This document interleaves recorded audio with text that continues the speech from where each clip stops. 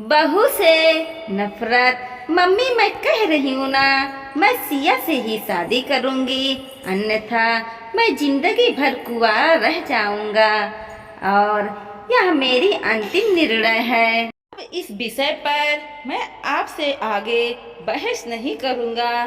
तभी अभिनव की मम्मी रमा जी ने कहा, बेटा तुम समझते क्यों नहीं हो? हमने तेरे सामने सिया की जन्म कुंडली पंडित जी को दिखाया था ना, और उन्हें सिया की कुंडली में मांगलिक दोष बताया है। अब तुम बताओ, सब कुछ पता होते हुए भी हम तेरी शादी एक मांगलिक लड़की से कैसे करवा दे? तू जानता नहीं कि मांगलिक दोष वाले की जीवन साथी की मौत जल्दी हो जाया करती है, इसलिए तुझे मैं समझा रही हूँ। तू भूल जा सिया को। माँ जी ने अभिनव को बहुत समझाया, पर अभिनव का कहना था कि जब मैं सिया से प्यार किया था तब मैंने उसके साथ प्यार करते हुए जन्म कुंडली का मिलान नहीं किया था, न ही मैं इन मिलानों को मानता हूँ। इसलिए अब बस मैं शादी करूँगा तो सिर्फ सिया से, और यह मेरी आखिरी फैसला है। आखिर रमा जी को अपने बेटे की जिद के आगे झुकना पड़ा और पंडित जी के द्वारा बताए गए अनुसार सिया के मांगलिक दोष को दूर करने के लिए अभिनव के साथ शादी करने से पहले सिया की शादी एक पेड़ के साथ करवा दिया गया, और उसके बाद सिया ने अभिनव से शादी करी। सिया दुल्हन बनकर अभिनव के घर आई, पर रमा जी को सिया का मांगलिक होना अभी भी खटक रहा था और रमा जी उसे दिल से नहीं अपना पा रही थी, और घर में कुछ भी परेशानी आती तो उसका दोष सिया को ही दिया जाता। लेकिन सिया पढ़ी लिखी संस्कारी लड़की थी और वह अपनी सासू माँ से मिले इन बेवजह आरोपों को अपने दिल से नहीं लगाती थी, और ऐसे ही ससुराल में उसके दिन कट रहे थे। एक दिन अभिनव ऑफिस से जल्दी घर आ जाता है, तभी रमा जी ने उससे पूछा, बेटा आज जल्दी कैसे आ गया? तब उसने बताया, माँ आज सुबह से ही सिर दर्द और बहुत कमजोरी आ रही है, इसलिए ऑफिस में काम करने की हिम्मत नहीं हुई मेरी।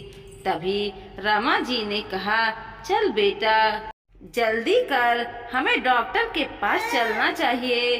तभी अभिनव और रमा जी डॉक्टर को दिखवाने गए। डॉक्टर देखने के बाद मालूम पड़ा कि अभिनव को पीलियो हो गया है, और दोनों जैसे ही घर लौटे रमा जी ने घर को सिर पर उठा लिया और कहने लगी, जब से यह लड़की हमारे घर में आई है तब से हमारे घर में परेशानियां और बीमारियां भी साथ लेकर आई है। इसके कदम ही अशुभ हैं।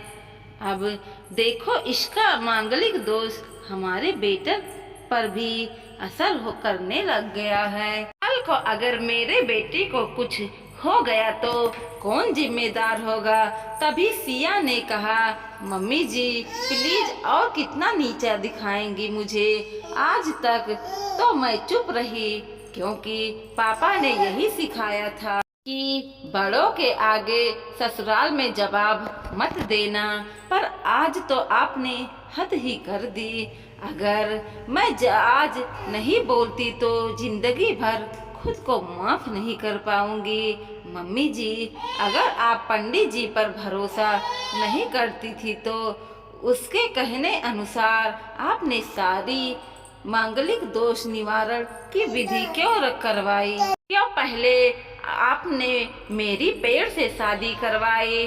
दोस्त मेरा मांगलिक होना नहीं है, बल्कि दोस्त तो मेरा आपकी बहू होना है, क्योंकि घर में जाने अनजाने में कुछ भी परेशानियां आती है तो उसको आप मुझसे जोड़ देती हैं, और जब भी कोई सास अपनी बहू के सिर्फ नफरत कर रही होती है तब भी यह दोष बेटे बहू को नहीं पूरे परिवार को परेशान में डाल देती है।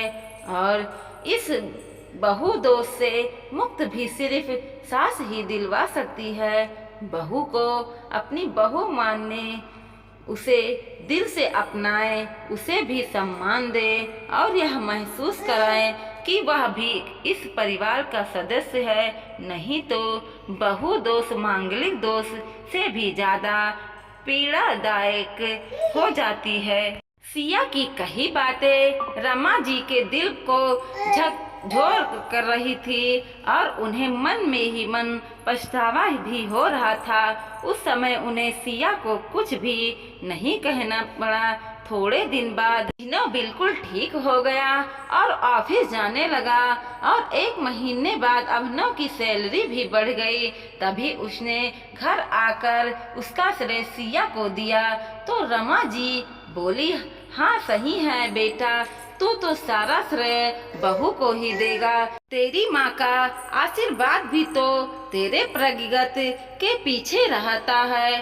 तेरे साथ तू भी तो मुझे श्रेय देना भूल ही गया।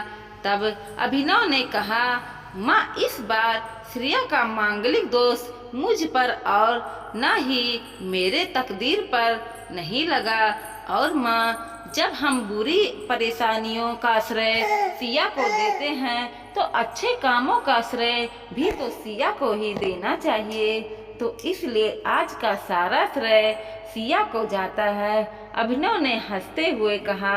जब सिया बोली, अभिनव तो क्या तुम भी मुझे ऐसा समझते हो? तब अभिनव ने कहा, नहीं सिया, बिल्कुल नहीं, बल्कि मैं तो माँ को समझाना चाह रहा हूँ कि सुख दुख हमारे जीवन का हिस्सा है और कभी जीवन में खुशियाँ आती है तो कभी गम भी आते हैं। इसके लिए हम परिवार की सदस्य अपने बहुओं का दोष देना उचित नहीं है।